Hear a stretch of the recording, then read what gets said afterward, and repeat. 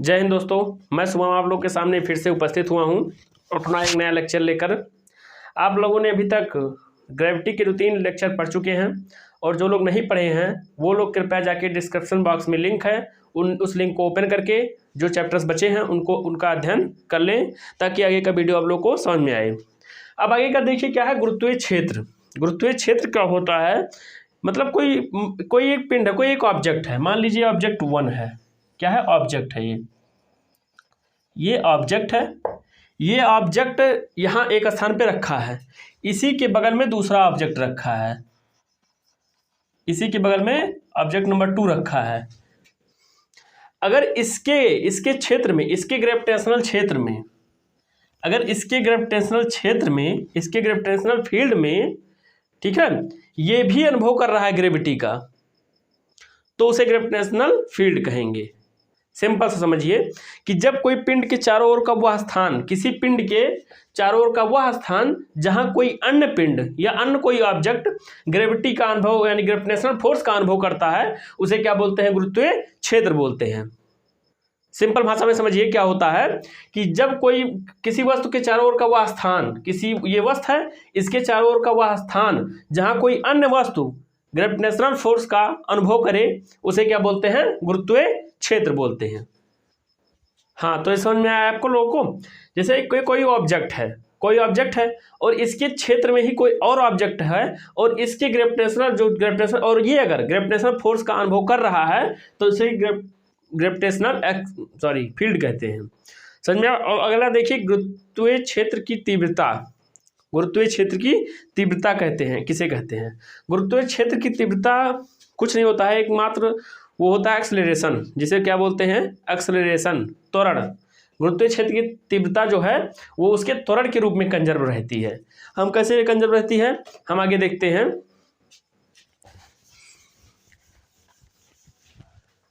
गुरुत्वीय क्षेत्र की तीव्रता, गुरुत्वीय क्षेत्र की तीव्रता ऐसी होती है कि उसके मतलब वो एक त्वरण के रूप में, या इंग्लिश मीडियम वाले समझ सकते हैं एक्सेलरेशन के संबंध में नियंत्रित रहती है। उसी के संबंध में उसको आगे अध्ययन किया जाता है। मीन्स उसको एक तरह से एक्सेलरेशन ही माना जाता है और कुछ नहीं माना जा सकता, केवल एक्सेलरेशन।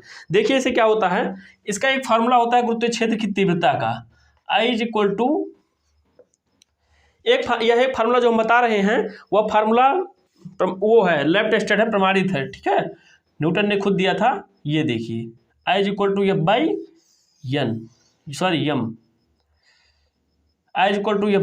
F/m, ये फार्मूला होता है, और इसका जो है यूनिट होता है क्या?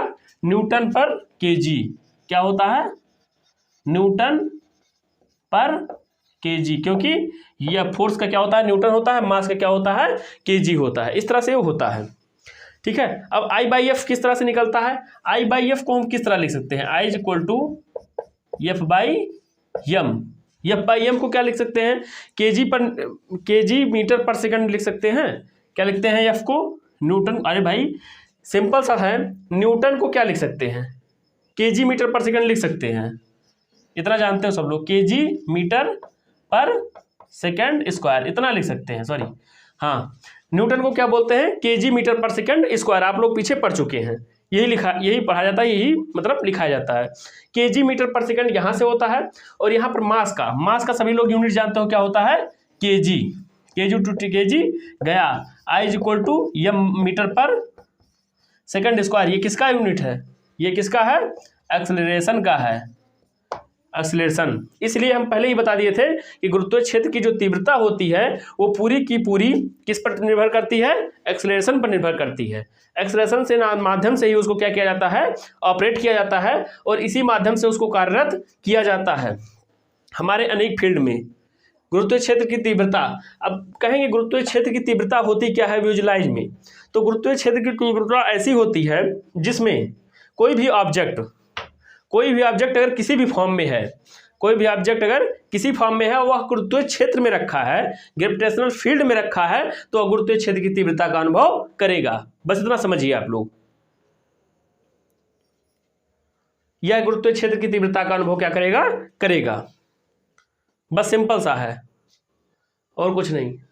इसे क्या बोलते हैं, गुरुत्वीय क्षेत्र की तीव्रता को किससे रिप्रेजेंट करते हैं, आई से रिप्रेजेंट करते हैं। यह एक स्केलर क्वांटिटी है, उसकी जो दिशा होती है वो गुरुत्वीय क्षेत्र के केंद्र की ओर होती है। मान लीजिए ग्रेविटेशनल फील्ड है, ये पूरी क्या है, ग्रेविटेशनल, इसमें ग्रेविटी का अनुभव किया जा सकता है और इसका केंद्र ये है, तो इसकी दिशा कहाँ होगी, इन सब की दिशा, ये कण है, इन सब की दिशा कहाँ होगी, इसके सेंटर की तरफ होगी।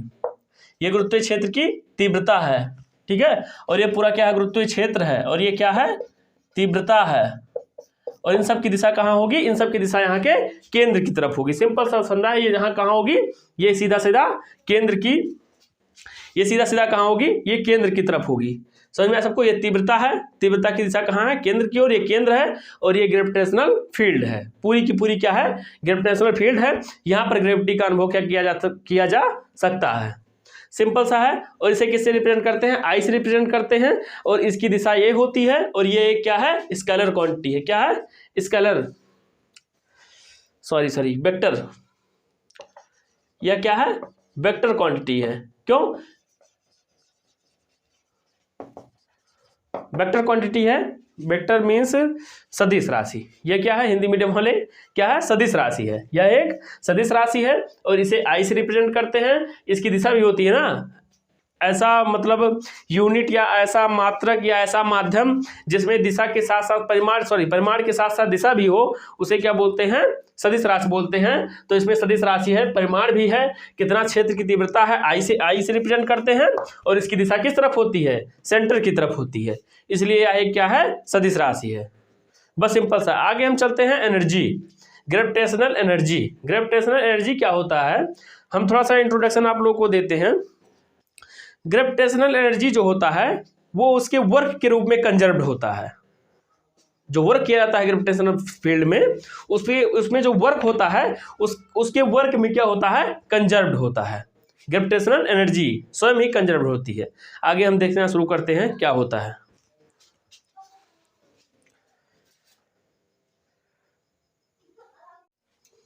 हम क्या पढ़ेंगे आगे, ग्रेविटेशनल एनर्जी क्या होता है। ग्रेविटेशनल एनर्जी किसी भी बॉडी को, ये मान लीजिए इन्फिनिटी है, क्या है, इन्फिनिटी है, इन्फिनिटी से किसी भी बॉडी को, ये ग्रेविटेशनल फील्ड है, क्या है, ग्रेविटेशनल फील्ड है।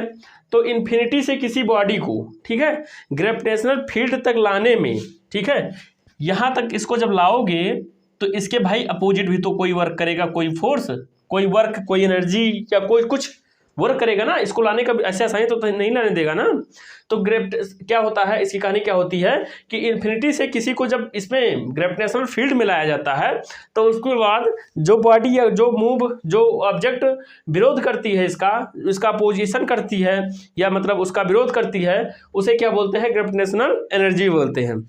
जो वर्क, इसको रोकने में जो वर्क किया जाता है, अनंत से किसी वस्तु को लाने में, ग्रेविटेशनल फील्ड में लाने में, जो इसको रोकने में जो वर्क किया जाता है, अनंत से किसी वस्तु को गुरुत्वीय क्षेत्र तक लाने में लाया जाता है, उसको ठीक लाया जाता है, लेकिन इसको पीछे भगाने में भी एक कार्य किया जाता है, जिसे क्या बोलते हैं, ग्रेविटेशनल एनर्जी बोलते हैं।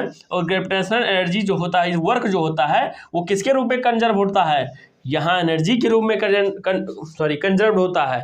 यहाँ पर क्या होता है, एनर्जी के रूप में क्या होता है, कंजर्व्ड होता है। इसका यूनिट, इसका क्या है, ये एक स्केलर क्वांटिटी है, क्या है, स्केलर क्वांटिटी है। स्केलर क्वांटिटी होने के बाद भी ये सीधा वर्क करता है किसमें, ये सीधा निगेटिव वर्क करता है। हम बताए ना, निगेटिव क्यों वर्क करता है, क्योंकि ये अनंत से किसी वस्तु को इस फील्ड में लाया जा रहा है, ठीक है, और ये इसका विरोध कर रही है। लेकिन आप लोग फिजिक्स में जानते हैं क्या होता है, जब कोई किसी का विरोध करता है या कोई किसी को रोकता है तो उसे निगेटिव में रिप्रेजेंट करते हैं। उसका रिप्रेजेंटेशन किस तरह होता है, निगेटिव में होता है। निगेटिव में होने के साथ साथ इसको मतलब निगेटिव में दर्शाना, मतलब उसकी वैल्यू निगेटिव में नहीं आएगी, वैल्यू तो पॉजिटिव में ही आएगी, बट निगेटिव इसलिए लगाया जाता है कि वह जो वस्तु अनंत से ग्रेविटेशनल फील्ड में लाई जा रही है, वो क्या है, ग्रेविटेशनल फील्ड में जो लाई जा रही है वो उसको ढकेल रही है, पीछे ढकेल रही है। बस इतना ही सिंपल सा फंडा है और कुछ नहीं है। तो आप लोग देखिए आगे क्या होता है। इसका एक न्यूटन मीटर, इसका क्या होता है, एक यूनिट होता है। यूनिट क्या होता है, यूनिट जो है लिख लीजिए आप लोग, न्यूटन मीटर इसका क्या होता है, यूनिट होता है। ये क्या है, स्केलर क्वांटिटी होती है।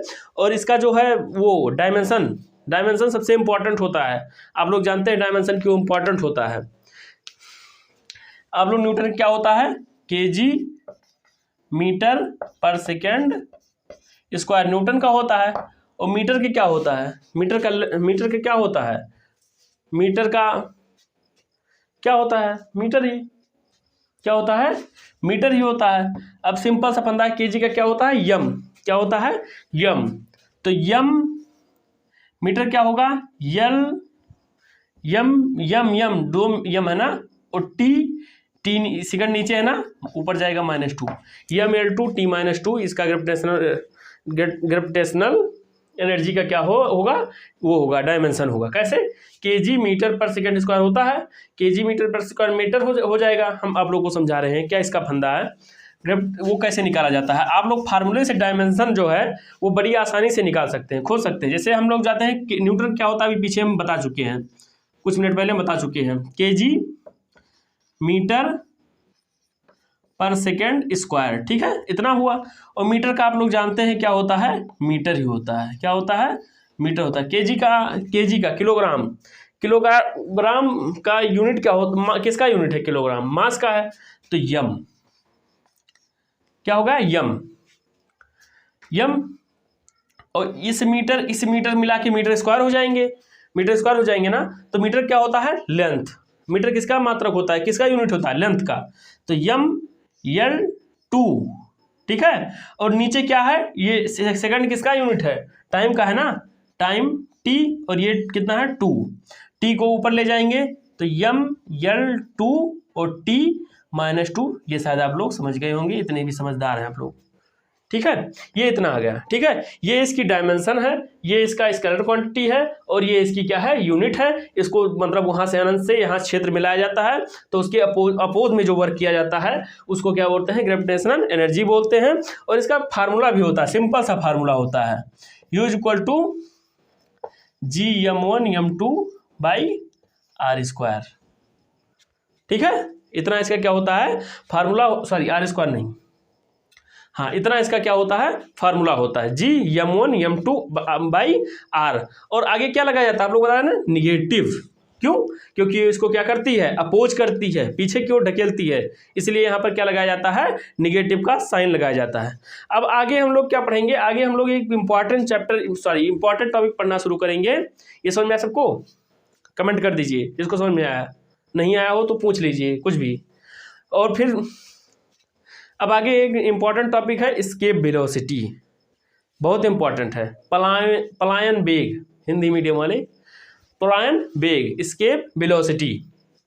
हाँ, आइए देखिए एस्केप वेलोसिटी क्या होता है। अब देखिए क्या होता है, अब लोगों को समझ में आया इतना। अब हम थोड़ा आगे बढ़ाना शुरू करेंगे। हम बता रहे थे ना कि पलायन वेग क्या होता है। पलायन वेग क्या होता है, तो किसी भी पिंड को पृथ्वी की सतह से अनंत पर अगर फेंक दिया जाए कि वापस लौट कर ना आए, वह वेग, ठीक है। किसी भी पिंड को अगर पृथ्वी की सतह से अनंत पर भेज दिया जाए कि वह वापस कभी भी लौट कर ना आए, तो उसे क्या बोला जाता है, पलायन वेग बोला जाता है। कि ऐसा वेग, ऐसे स्पीड या ऐसे वेग से, ऐसी वेलोसिटी से किसी भी पिंड को इतना तेज फेंको कि वापस पृथ्वी पर ना आए, उसे क्या बोलते हैं, पलायन वेग बोलते हैं। जैसे मान लीजिए हमारा ये अर्थ है, ये क्या है, सरफेस है। ये किसका है, अर्थ का सरफेस है। अर्थ का क्या है, ये सरफेस है। ये अर्थ का क्या है, सरफेस है। यहां पर आप खड़े हो, यहां पर मान लो आप खड़े हो, ठीक है। यहां पर आप खड़े हो और हाथ में एक ईंट लिए हो, किसी को मारना है ईंट से, ठीक है। आप लोग क्या लिए हो, ब्रेक लिए हो, ईंट लिए हो, ठीक है। ईंट लिए हो, आपको इस ईंट को फेंक कर किसी को मारना है, ठीक है। मान लीजिए किसी को भी मारना है, ठीक है। तो अगर मारना है तो इस ईंट को सोचे हैं मारेंगे नहीं, ठीक है। इस ईंट से मतलब किसी को मारेंगे नहीं, बुरा नहीं करेंगे इतना किसी का, ठीक है, नहीं उसका सर ही फट जाएगा। हम इस ईंट को ऐसा फेंकेंगे कि वापस धरती पर आए ही ना। बहुत शरारती बच्चा है, सोच रहा है, ये देखिए संसाधन का दुरुपयोग कर रहा है कि धरती पर ही ना आए। हाँ, तो देखिए कि ये मतलब इस ईंट को किस तरह से फेंके कि वापस धरती पर ही ना आए। तो उसने सोचा, इन्होंने पढ़ा था एक नियम क्या, एस्केप वेलोसिटी। ये टाइम से पढ़ लिया था एस्केप वेलोसिटी, आप लोग भी पढ़ लीजिए सही से। तो ये क्या पढ़ा था, एस्केप वेलोसिटी पढ़ा था। तो एस्केप वेलोसिटी में ये जानता है कि अगर हम ईंट को, क्या है, इस ईंट को क्या बोलते हैं, ईंट को अगर है ये, ईंट को अगर 11.2 किलोमीटर पर सेकेंड की स्पीड से इफ एनी डायरेक्शन, यहाँ यहाँ यहाँ यहाँ, अब धरती में ना फेंक दे अंदर, और बाहर चाहे जहाँ फेंके, यहाँ यहाँ यहाँ यहाँ यहाँ, मीन्स चाहे जहाँ, नीचे ना फेंके, बस नीचे छोड़ के अपने चारों तरफ से जहाँ भी फेंकेगा, किस स्पीड से, किस वेलोसिटी से, 11.2 किलोमीटर पर सेकेंड की स्पीड से अगर ये किसी भी चीज़ को, किसी भी वस्तु को पृथ्वी से बाहर की ओर फेंकेगा तो वापस कभी भी धरती पर वो नहीं आएगा। It does not depend upon the mass और the velocity of the mass of the object, it depend on the mass of only the earth और अदर प्लैनेट्स। क्या समझे, it depends only and only the mass of earth, does not depend on the mass of object, means ये केवल पृथ्वी के मास पर depend करता है, उसके ये कितना बड़ा है कितना छोटा है वस्तु, ये कितना बड़ा है कितना छोटा है, ये लड़का कितना शरारती है कितना छोटा है, इससे मतलब नहीं है। मतलब है सरफेस, अर्थ का सरफेस कैसा है, मीन्स अर्थ का जो सरफेस है वो मतलब अर्थ की जो वो है, अर्थ का जो रेडियस है उस पर डिपेंड करता है। इसके रेडियस, भार, मास किसी पर डिपेंड नहीं करता। इट डिपेंड्स, लिख लीजिए आप लोग, इट डिपेंड्स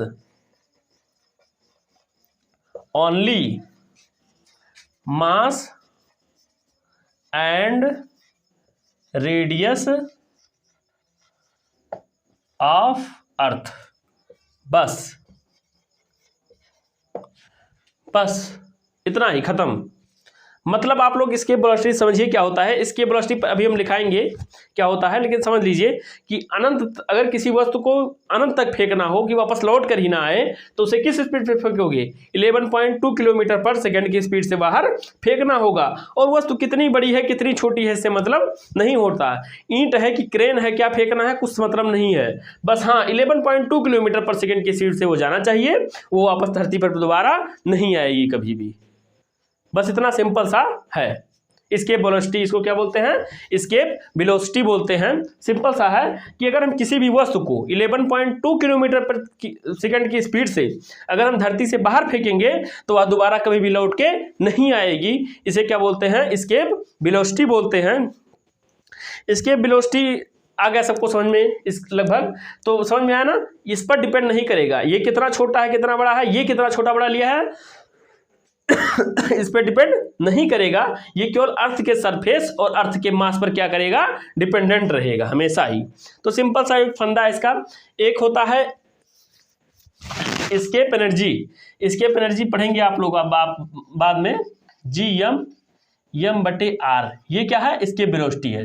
एस्केप वेलोसिटी होती, एस्केप वेलोसिटी नहीं है, ये एस्केप एनर्जी है, एस्केप ऊर्जा, पलायन ऊर्जा। इसको फेंकने के बाद जो ऊर्जा उत्पन्न होती है उसे क्या बोलते हैं, पलायन ऊर्जा बोलते हैं, ठीक है।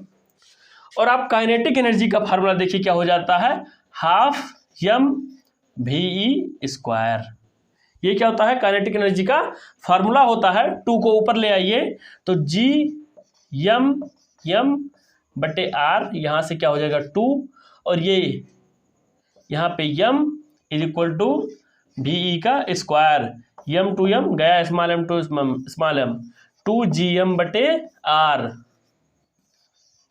√ ये V बराबर क्या हो जाएगा, 2Gm, Gm means good morning, हाँ 2 good morning by r, under root में क्या हो जाएगा, इसके वेलोसिटी का formula 2 good morning upon r, बस इतना ही। ये रेडियस किसका है, सिंपल सा समझो, रेडियस किसका है, यहाँ पे जो यम लिए थे, यम इसका है, ईंट का मास है, ठीक है, और कैपिटल एम जो है वो अर्थ का मास है। तो कैपिटल स्मॉल एम कहीं दिख रहा है, नहीं दिख रहा है, क्यों, क्योंकि उस पर डिपेंड ही नहीं करता है। ये यहाँ पर क्या होता है 2Gm/r, ये देखिए कहीं पर स्मॉल एम भी दिख रहा है, स्मॉल एम ही था, कट गया, मीन्स ये इसके ईंट कितना मोटा है कितना चौड़ा है कितना पतला है इस पर डिपेंड नहीं रहेगा, ये सीधा सीधा डिपेंड होगा कि पृथ्वी का मास क्या है और पृथ्वी का क्या है, पृथ्वी का मास क्या है, पृथ्वी का क्या है रेडियस क्या है, सिर्फ इस पर डिपेंडेंट रहेगा, इसका नहीं डिपेंडेंट रहेगा कि पृथ्वी का ये क्या है वो क्या है। ये चाहे जितना बड़ी वस्तु को फेंको, बस 11.2 किलोमीटर पर सेकंड की स्पीड से फेंको बस, और इससे कुछ मतलब नहीं है। सिंपल सा फंडा है बस, और कुछ नहीं है। हम इसके 2-3 फार्मूले आप लोगों को बताने का प्रयास करेंगे कि क्या ये होते हैं, रियलिटी में इनका हम अनुभव कराना चाहते हैं आप लोगों को। तो आप लोग देखिए क्या ये होते हैं। पहला नंबर तो ये होते हैं, एक फार्मूला तो ये आपका आ गया कि वेलोसिटी स्केप, वेलोसिटी भी स्केप, ठीक है, वेलोसिटी स्केप, वेलोसिटी स्केप क्या होता है 2g/m/r ये होता है, ठीक है। जहां तो v जो है वो डायरेक्टली इन्वर्सली प्रोपोर्शनल होगा किसके, r की, किसके r की, डायरेक्टली इन्वर्सली प्रोपोर्शनल होगा किसके r की। दूसरा v है, दूसरा v जानते हो क्या है 2gr, रूट में क्या है 2gr है, रूट में 2gr है, सॉरी अंडर रूट यहाँ पर रहेगा 1/√2, ये इसकी ये रहेगा, ठीक है। और यहाँ पर v बराबर 2√gr है, तो यहाँ पर ve जो है वो डायरेक्टली प्रोपोर्शनल होगा √r की, ठीक है। क्या होगा, डायरेक्टली प्रोपोर्शनल होगा √r के। तीसरा है डेंसिटी के फॉर्म में, डेंसिटी के फॉर्म में ऐसे लिखते हैं v = 8/3 πρgr², ऐसे लिखते हैं। तो v जो है वो डायरेक्टली प्रोपोर्शनल होगा √r, ऐसे लिखा नहीं जाएगा, इसलिए v जो है डायरेक्टली प्रोपोर्शनल होगा तो r। अगर बात डेंसिटी की होगी, क्या बात किसकी होगी, ये किसके लिए है, डेंसिटी के लिए है, घनत्व के लिए है।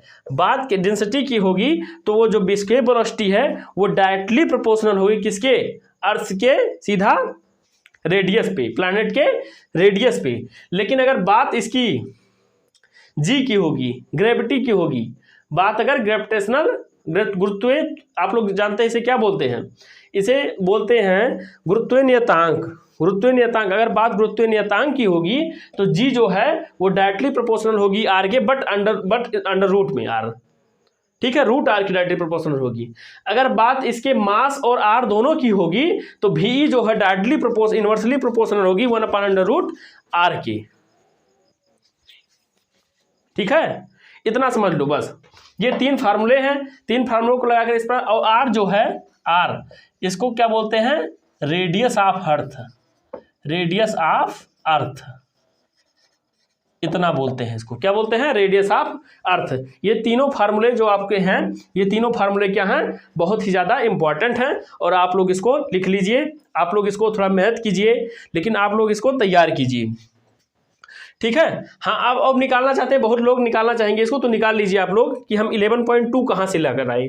जैसे अपने मन से तो बोल नहीं दिया गया है कि किसी भी वस्तु को 11.2 किलोमीटर पर सेकंड की स्पीड से फेंको तो वापस नहीं आएगी, मतलब ऐसे बोल नहीं दिया गया, ठीक है। ये प्रमाणित है और फिर फार्मूले पर रखकर आप लोग इसको प्राप्त भी कर सकते हैं। जैसे देखिए v = क्या होता है, √2gr, आप लोग जानते हैं 2 की वैल्यू 2, g की वैल्यू 9.8 सभी लोग जानते हैं, r की वैल्यू 6400 सभी लोग जानते हैं, रेडियस इतना होता है अर्थ का, ठीक है। और r की जो वैल्यू है, सॉरी r की वैल्यू ही थी 6400, और 6400 ये मीटर पर सेकंड है ना, इसको किलोमीटर पर सेकंड बनाने के लिए 100 से क्या किया गया है, सॉरी 1000 से क्या किया गया है, मल्टीप्लाई किया गया है। और जब इसको आप लोग सॉल्व करेंगे तो 11.2 किलोमीटर पर सेकंड आप सभी का क्या आएगा, आंसर आएगा।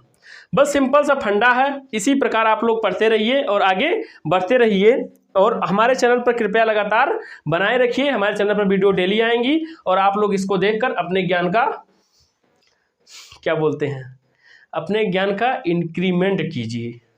हमें डिक्रीमेंट नहीं करना है, हमें ज्ञान का क्या करना है, इंक्रीमेंट करना है। इसलिए हमारे चैनल पर बनाए रखिए और आप लोग डेली इन अध्ययनों को कीजिए, आप लोग अच्छे फिजिक्स में हो जाएंगे, ये हमारी गारंटी है। तो बस आज के लिए इतना ही। हमारे चैनल को सब्सक्राइब करें और वीडियो को लाइक कर दें, और अगर कुछ त्रुटियां हुई हो तो उसे कृपया कमेंट बॉक्स में बताएं या हमसे संपर्क करें। और फिर इन सबको हमारा विचार विमर्श है कि इन सबको नोट्स बनाएं जो लोग पढ़ रहे हैं, और नोट्स में लिखते चलें, नोट करते चलें क्या क्या क्या हो रहा है। लेकिन जब नोट्स में एक बार लिख उठता है तो फिर हमारे माइंड में भी फीड हो जाता है। इसलिए इसको पढ़ने का प्रयास कीजिए और फिर बाद में मिलते हैं अगले वीडियो पर। जय हिंद।